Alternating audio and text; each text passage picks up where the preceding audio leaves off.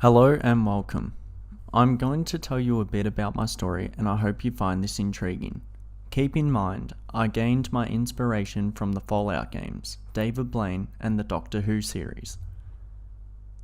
My story is based in the year 3032 with a bit of post-apocalyptic, sci-fi and fantasy vibes, and it is set in a world if the magician well known as David Blaine had taken over the world back in 2021 by finding an ancient artifact and began the conversion of everyone into David Blaine.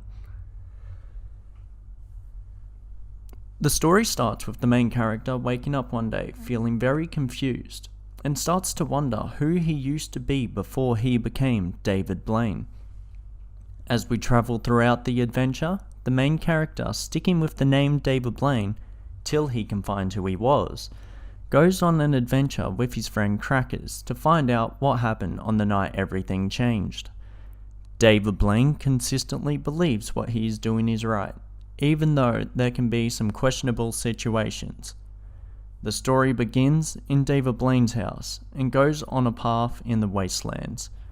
He will understand himself and others and discover new things throughout his adventures. The character gains glimpses throughout the story of what happened by going to various locations, and while he and his friend quest to see what their new reality has become, one man stands in their way to prevent all of this from happening: Phil. The man has no clue who he actually is either, but all he knows is that finding out who they used to be is far too dangerous, and he will try to do anything to stop them from gathering the truth. Phil is with the Bureau of Blaineism, which is a community based on keeping the secret behind the truth of David Blaine.